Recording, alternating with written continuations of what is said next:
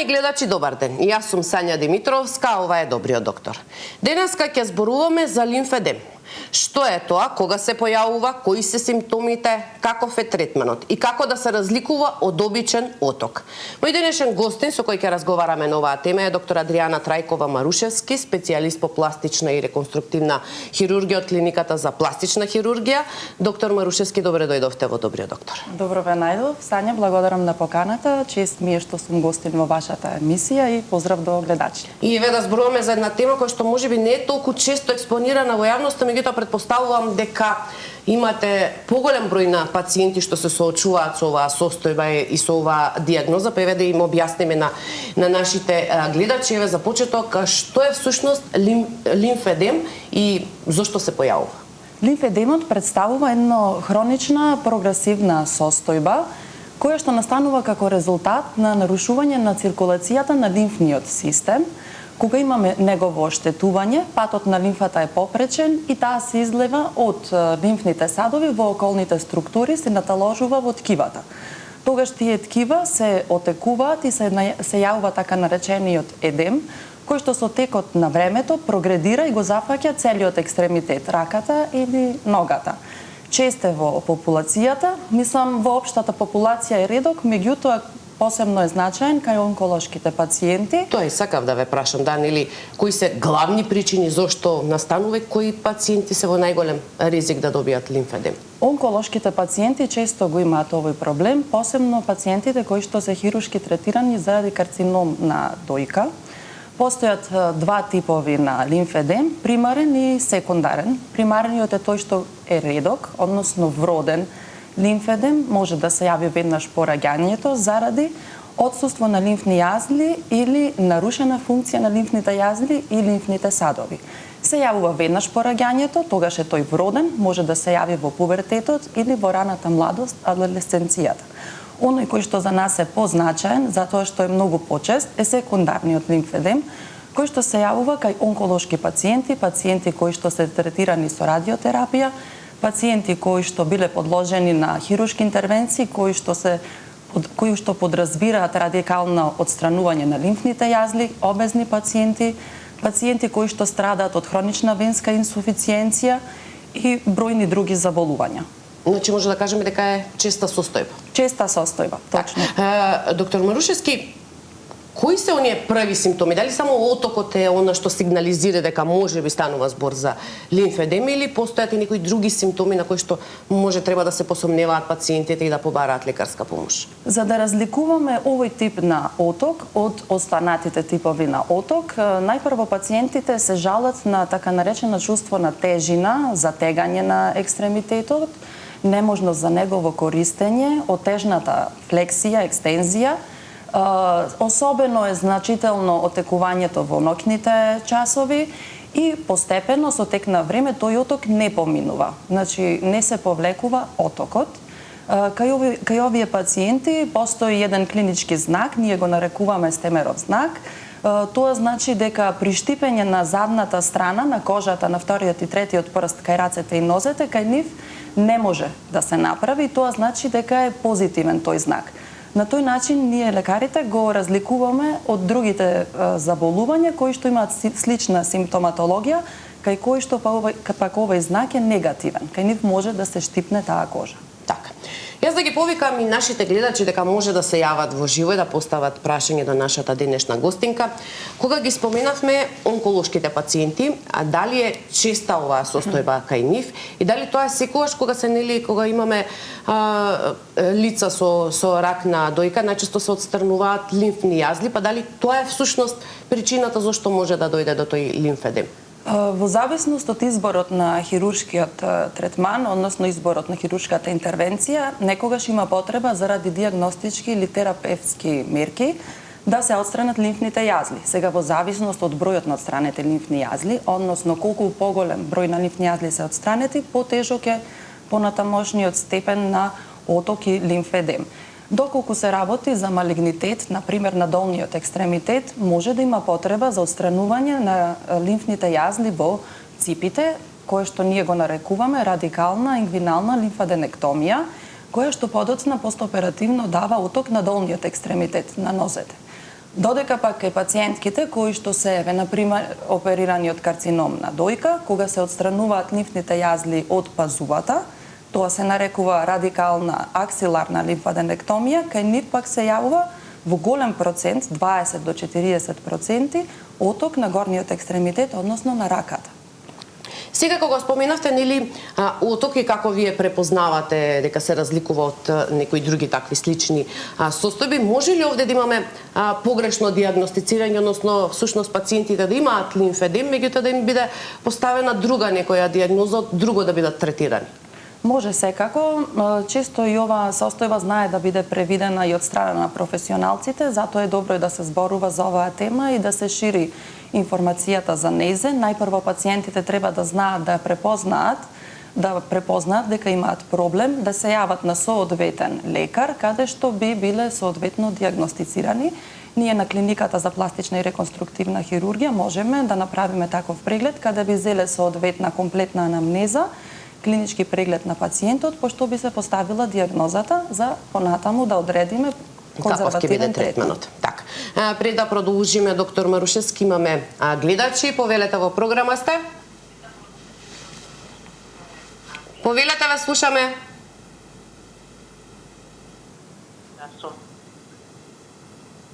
Нема. Ве слушаме, само малку погласно ве слушаме, да. Така, пред 3 години имам ставено вештачки кок.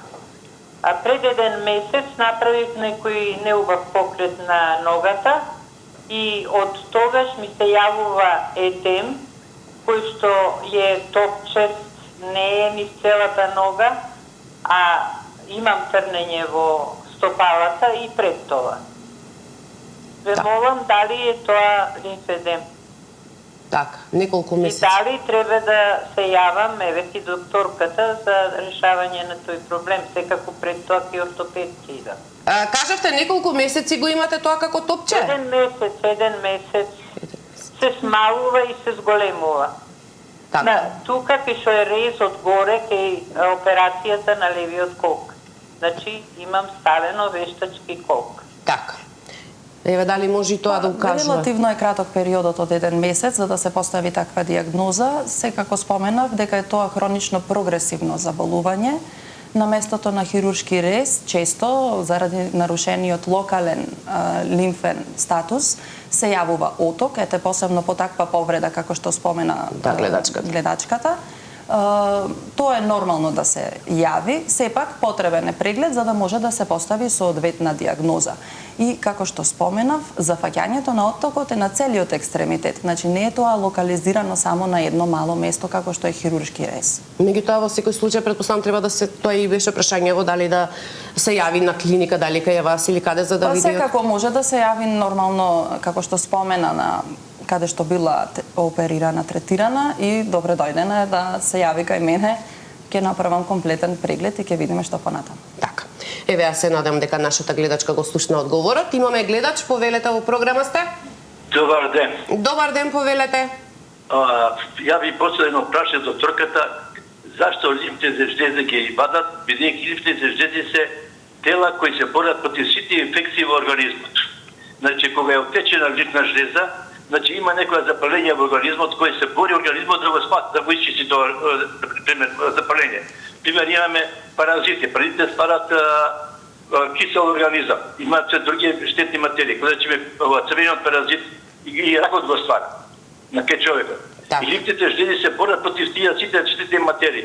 Значи, докторите да знаат кај се тие запалења и кои се тие услови за тоа јаки жлези што работат. Значи, жлезите толку работат силно да не може да ги уништат тие штетни материи во организмот. Така да. Еве разбравме, да. Еве зошто се Токму така функцијата на лимфниот систем е дел од имунолошкиот систем, пошто низ него патуваат тие имунолошки клетки и се разбира се борат со инфекции. Меѓутоа ние зборуваме за малигни заболувања кои што се разликуваат од инфекциите и како што споменав, движењето на клетките е постојано и така малигните клетки се движат низ тој лимфен систем. Ние ги отстрануваме лимфните јазли и дијагностички. Зависи колку од нив се зафатени, нели така? И дијагностички и терапевтски. Зошто дијагностички? Тој патолошки супстрат потоа се испраќа на испитување, каде што се проверува дали постои зафатеност малигна, дали се расширил тој карцином, и терапевтски, превентивно го спречуваме понатамошното ширење во околните структури. Затоа што патот на лимфата е дефиниран, ние точно знаеме како таа се движи, во кој правец. Така. Еве, јас се надевам дека го слушна одговорот нашиот гледач. Доктор Марушевски, дали состојбата може да се влоши, доколку нели еве споменавме оток на целиот екстремитет може да се јави, доколку навреме не биде третиран тој пациент? Да, прогредирањето е постепено, меѓутоа е постојано.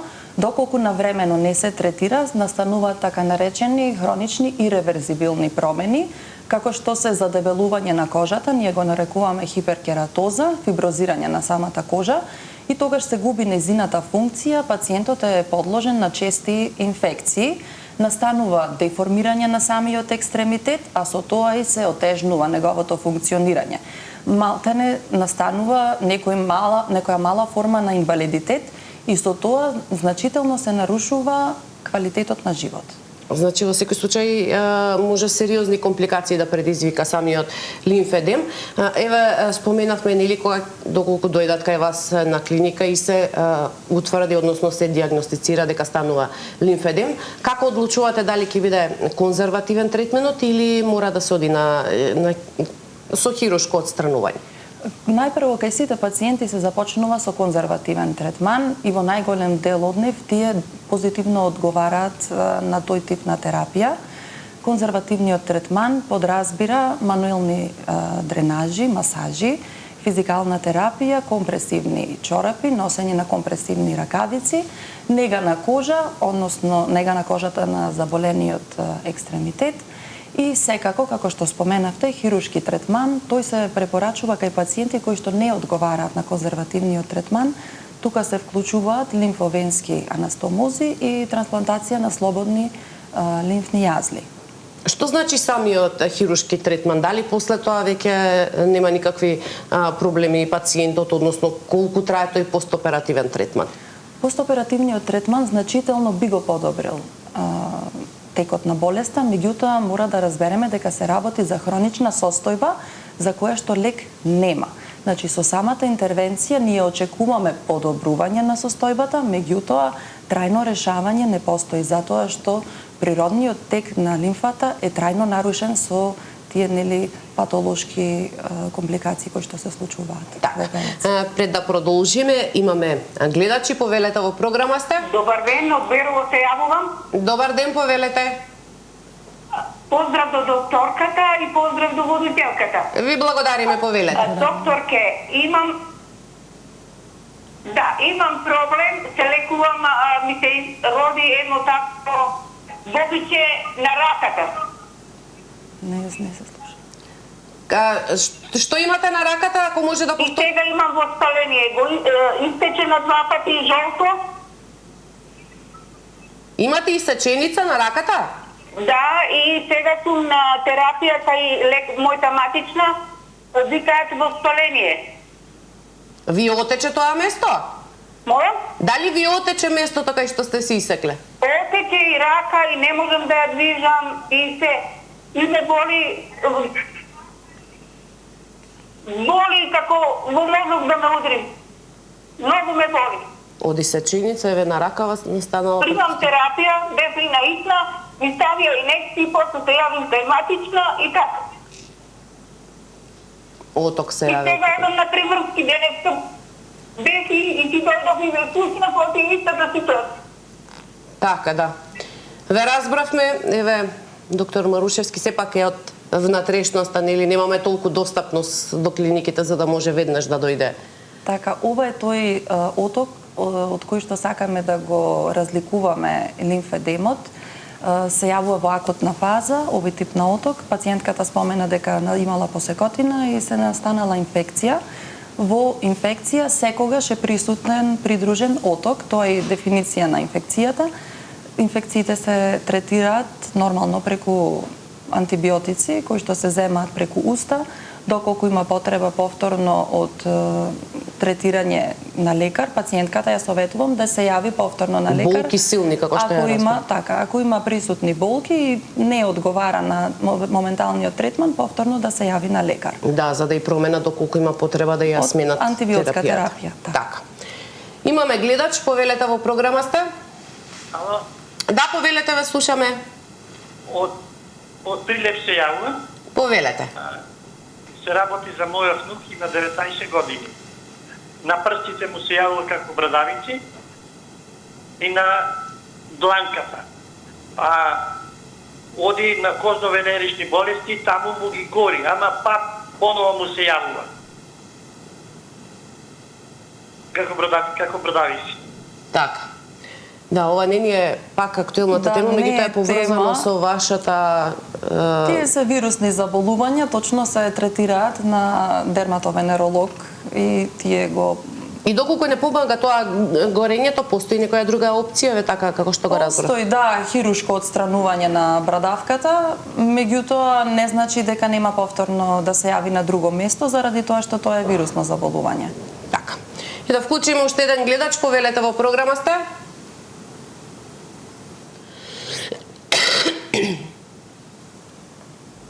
Повелете, ве слушаме. Ало, добар ден. Добар ден, повелете. Јас сум во програма. Да, во програма сте, повелете. Добар ден до водителката, до докторката. Ви благодариме, повелете. Ќе може едно прашање. Повелете. Јас сум пациент оперирана канцер на дојка по втор пат сега. Лимфите од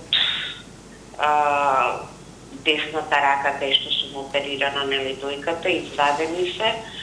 Значи, првиот пат кога беше операцијата пред 15 години, нели, раката се појави некој благ оток, не можам да речам дека оток, туку така, малку беше таа рака, да речеме, поздебелена, но ништо страшно. Сега вториот пат откако се оперирав, извадена е дојката цела, се јави оток на здравата рака. Благо за дебелување. Значи, ако беше, нели, оперираната рака претходно поздебелена, сега е другата рака, здравата. И чувствувам болки о раката. На што се должи, ќе може ли да ми одговори доктор? Така, јас ви благодарам многу за јавањето, ова не е конкретно. Нели онколошки пациент со рак на дојка. Да, значи пациентката спомена дека и пред 15 години била оперирана, тогаш се јавила лесна форма на оток, веројатно затоа што не биле сите лимфни јазли отстранети. Нели споменав, според бројот на отстранети лимфни јазли и се зголемува отокот. Меѓутоа таа спомена дека на здравата рака и се јави оток, сепак тоа не треба да се пропушти. Треба да се јави повторно на лекар, на преглед на специјалист, може да се јави секако кај операторот што ја третирал претходно, да се провери да не постои некое регионално метастазирање или ширење или евентуално појава на некој малигнитет и на здравата дојка. Не треба да се пропуштаат овие ситуации, треба да се оди на лекар, да се направат соодветни прегледи и диагностики, пошто пациентите ќе добијат информации за себе и ќе знаат како да се грижат понатаму. Така. Доктор Марушевски, кога еве да се надоврзаме на нашата гледачка, кога зборуваме за онколошки пациенти, посебно со рак на дојка, кога се очекува да се појават, нели, тие отоци, затоа што понекогаш и после самата хирушка интервенција може да ги исто така боли раката или да отече, да не станува збор за лимфедем? Отоците се јавуваат секако веднаш по интервенцијата, меѓутоа со самото стварање на лимфната течност, таа, нели, постепено се наталожува во околните ткива, во околните структури и така со текот на времето, доколку не се носат тие компресивни ракави, отокот на раката се зголемува. Ние ги советуваме пациентките да ја подигаат, да ја левираат раката, да ја масираат, да вежбаат пасивни, активни вежби и нормално постојано да ги носат тие компресивни ракави за да се спречи, нели, посериозно настанување на оток кој што подоцна и преминува во иреверзибилно. Значи по некое време и конзервативниот третман нема да биде соодветен третман. Бидејќи споменавте да ја движат, да вежбаат со раката, дали тие компресивни ракави и ногавици, или до зависност дали е на ногата или на раката, секогаш се препорачуваат за такви пациенти со лимфедем, и која е овде улогата на физикалната терапија? Бидејќи споменавте, ако не се навреме третира, може да станат големи отоци, да не може ни да се движи пациентот, тогаш дали воопшто може да прави физикална терапија? Физикалната терапија ја препорачуваме затоа што таа ја заменува природната функција на лимфниот систем. Мануелно се отстранува затекнатата лимфна течност, се дренира, се отстранува течноста, со тоа се намалува отокот и се враќа во функција екстремитетот, раката или ногата. А компресивните чорапи и компресивните ракавици се всушност основа на конзервативниот третман. Тие сами по себе подразбираат употреба на таа специјална ткаенина која што е еластична и која што го зафаќа должината на целиот екстремитет, се носат постојано и долготрајно. За секој пациент, значи постојат и комерцијални димензии, меѓутоа има можност да се направат по потребите на секој пациент по негови мерки. Така. Имаме гледачи, повелете во програма сте. Добар ден. Добар ден, повелете. Поздрав до водителјата и до докторката. Ви благодариме, повелете. Јас сум онколошки пациент. Добро. Со извадени 12 лимфни жези, а беше најдено во 9 лимфни жези. Јас раката не можев да кренам 1 сантим нагоре, ама самото обежбање, мене раката ми се ослободи и си ја движам слободно, никакви отоци немав, а сум оперирана пред 12 години. А сега ми се јави, да се направи скен, ми се јави повторно болеста на коските, на првиот и вториот прешлен. А исто, ми се јави и паратеоридна жлезда. За паратеоридната жлезда чекам цела година, уште не сум викната на скен. А ми препорача докторката скен на паратеоридната жлезда. Сега, докторката сакам да ми каже за што да правам, како да дојдам до скен на паратеоридната жлезда и за повторно болеста што ми се јави. Така.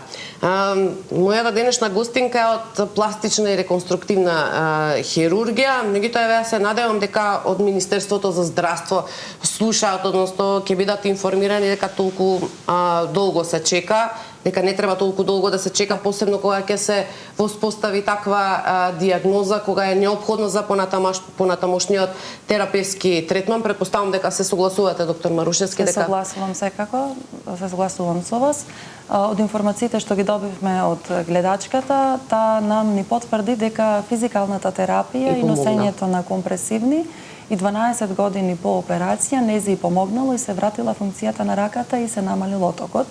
Она е и тоа за кое што денес зборуваме и апелираме до нашите засегнати гледачи да го применат и препознаат. Така, меѓутоа за останатите диагностички процедури, се надевам дека ќе ги убрзаат овие процедури, посебно за онколошки пациенти да не чекаат до диагноза за да може да им се одреди терапијата. Имаме гледач, повелете во програма сте. Ало, добар ден. Добар ден, повелете. Поздрав до водителката и докторката. Ви благодариме, повелете. Јас се јавувам од Кавадарци. Добро. И имам лимфни жлезди на препоните, на десната нога, на десната страна. И одам ме затега. И сакам докторката да прашам како шо да правам. И како до неа да дојдам. Меѓутоа отоци немате, така? Имам оток. На десната страна, на препоните. Така. Да, треба да се направи соодветна диагностичка процедура, ехо или компјутерска томографија на самата регија, со што би се потврдило зголемување на тие лимфни жлезди. Треба да се открие зошто, која е примарната причина зошто се тие зголемени, да се открие примарната болест.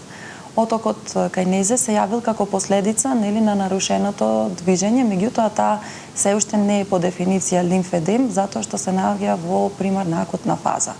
Постоперативни се оние лимфедеми за кои што ние зборуваме. Така.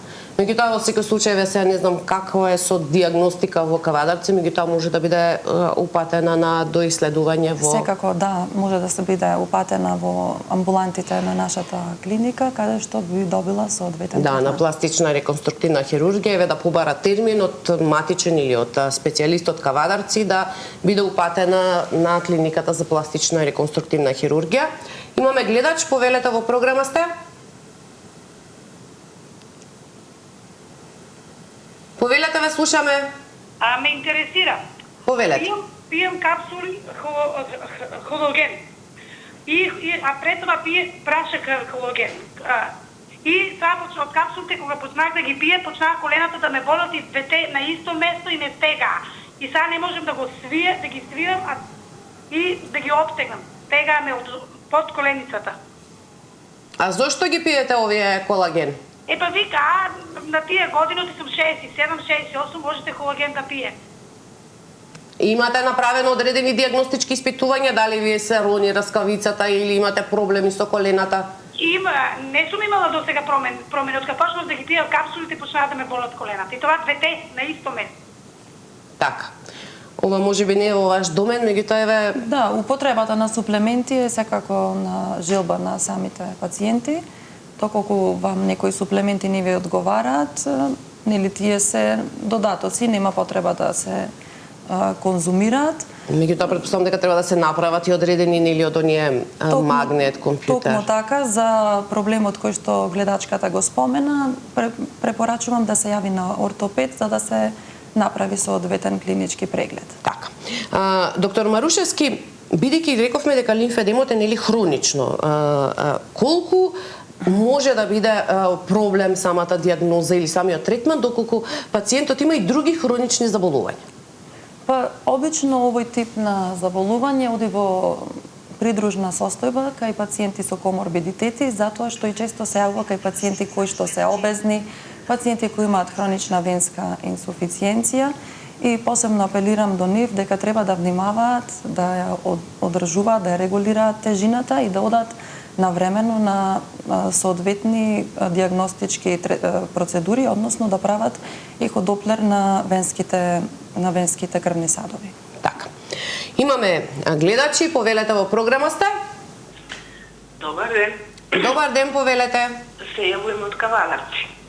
Повелете. Јас сум вака направена операција пред 4 години, вратна кичма C6, C7. А сега имам дополнително исследување, се испостави дека имам проблеми со торакална кичма 12 и L1. Меѓутоа, рамото и мишката сум дадената терапија, сум моментално со кортико, со аналгетици и со сите работи, болката намалува, ама рамото и под мишка останува болката и после сета терапија и што најчудно дланката, шаката внатрешно, ако нешто почнам да движам, ме пече исто како да ми е ставена на ринглата, да ми горе. Така. Колку може ова да е поврзано со ваквата диагноза или треба можеби нешто дополнителни исследувања? Треба да се провери, пациентката спомена дека има повреди на повеќе нивоа на вратната кичма, треба да се види точно на кое ниво и дали можеби се проширила таа повреда, дали прогредирала, затоа што нели постојат и хронични промени кои што настануваат во работниот систем. И препорачувам на пациентката да се направи преглед на неврохирург или на травматолог, од каде што би била упатена на ете така на снимање на вратна кичма. Имаме гледач, повелете во програма сте? Дете, ве молам, ако сакаш, не ми исклучи само да кажам пат избора. Она пациентка од Дебар, што има инфекција на рука, што не може да се излечи. Бактериите научиле се навикнати више и отпорни се на антибиотици. Имам народен лек кој може 75 436 075. Така, да, јас ви благодарам, ние гледачот што и претходно не се јави, меѓутоа ова повредава на раката беше со исеченица, споменавме дека нели се јавува секогаш тоа оток. Доктор Марушевски, дали лимфедемот може целосно да се излечи? Ве рековте хронично, меѓутоа да се стави под контрола, да кажеме дека еве пациентот после носење на компресивни или не знам хируршки интервенции, да кажеме дека е излечен. Не, за жал, ова хронична состојба е трајна, меѓутоа со навремено препознавање, со одветен преглед на лекар и навремено започнување со конзервативниот третман, може да има позитивен тек на болеста. Препорачуваме на пациентите рано започнување со подигање на екстремитетот, носење на тие компресивни опреми, физикалната терапија, постојаната мануелна лимфна дренажа. Посебно е важно да внимаваат на кожата на заболениот екстремитет, примена на тие правила на антисепса, да внимаваат на појава на каснување од инсекти, повреди на кожата, микротрауми. Препорачуваме тие да не носат тесна облека, да не носат накид на тој екстремитет, да внимаваат на обезноста и секако да се придржуваат кон овие препораки постојано и доживотно. Така. А што после хируршка интервенција, кој ќе се отстрани, да кажеме, или кој ќе се намали, може повторно после одреден период да се појави? Може, да, може. Значи, и по хируршки третман треба да се продолжи со конзервативниот третман. Значи, пациентите мора да разберат дека се работи за долготрајно доживотно конзервативно третирање на заболувањето. Кој што може, како што слушнавме, да има сериозни компликации. Меѓутоа, еве, сега ние зборуваме и вие сте од клиниката за пластична и реконструктивна хирургија, меѓутоа, како да знаат пациентите, па можеби еве и матичните, како да ја препознаат и каде да се побара лекарска помош? Па добро би било да се направи диференцијална дијагноза со хроничната венска инсуфициенција, да се упати пациентот на еходоплер на венски крвни садови, кој што го прави специјалист обучен за тоа, најчесто васкуларен хирург или кардиолог. Кога би се исклучило тоа заболување, може да се посомневаме на лимфедем, да се упати пациентот на клиника за пластична и реконструктивна хирургија, каде по деталните анамнестички и клинички дијагностики може да се постави таа дијагноза. Златен стандард за поставување на оваа дијагноза е лимфосцинтиграфијата, односно инјектирање на радиотрасер подкожно, кој што се движи низ лимфните садови и потоа со гама камера се следи патувањето на тој трасер низ лимфните садови и така се гледа дали постои нивно нарушување. Институтот за патофизиологија и нуклеарна медицина моментално е во процедура на набавка на тој радиотрасер. Во светот постојат и нерадиоактивни бои, како што е индоцијан грин бојата, која што не е штетна за пациентот и исто така може да се користи на истиот начин со инјектирање подкожно на соодветен апарат, се гледа движењето на таа боја низ лимфните садови. Така ние лекарите добиваме информација дијагностичка да потврдиме дека постои таква дијагноза и секако за следење на состојбата на пациентот кога тој ќе доаѓа на контроли, да ви гледаме дали постои прогредирање или стагнација на самото заболување. Се надевам дека овие дијагностики наскоро ќе бидат достапни за сите пациенти во државата. Така.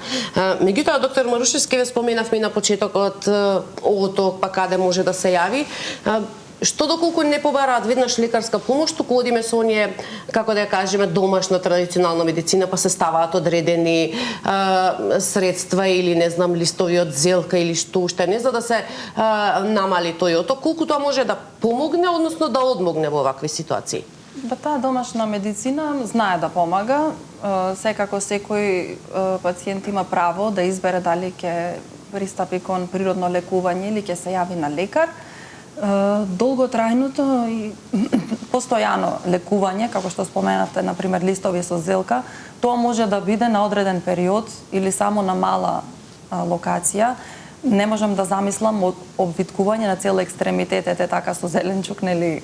Тоа не би можело, мислам дека никој не би можел долготрајно доживотно да го прави. Меѓутоа не може да им одмогне, ми беше работа, рековте краткотрајно може да помогне. Па да, препорачувам да не се потпираат само на тоа, затоа што навременото дијагностицирање и соодветни конзервативни мерки навистина можат да им помогнат на пациентите. Што во ситуација, ние споменавме нели онаа возрастна граница, претпоставувам дека сите возрастни групи се опфатени, меѓутоа кога кај млад ке се диагностицира лимфедем, дали веќе има и одредени ограничувања што му се кажуваат од страна на лекарот?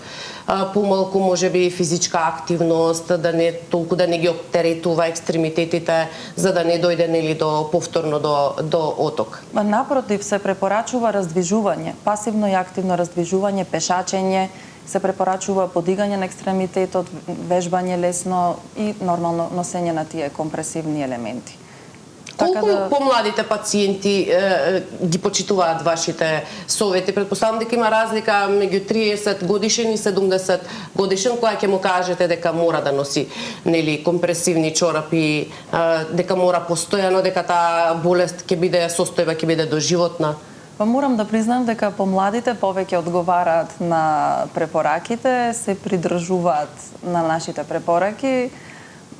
Често се случува по старите пациенти да ги игнорираат препораките и додека не се влоши навистина состојбата, да ја сватат сериозноста, па тогаш да започнат со применување на препораките. Или што велиме ние покасно да се јават на лекар. Доктор Марушевски, времето на денешната емисија ни помина. Јас ви благодарам што бевте моја денешна гостинка и што еве зборувавме за оваа состојба за која што кажавме на почетокот. Ретко се зборува, меѓутоа е честа и од она што го кажавте може навистина да предизвика сериозни компликации доколку навреме не биде диагностицирана и не биде третирана како што треба. Токму така, благодарам на поканата и секое добро на гледачите. Така. Почитувани гледачи, овде е крајот на денешното издание на Добриот доктор. Се гледаме повторно утре во истото време.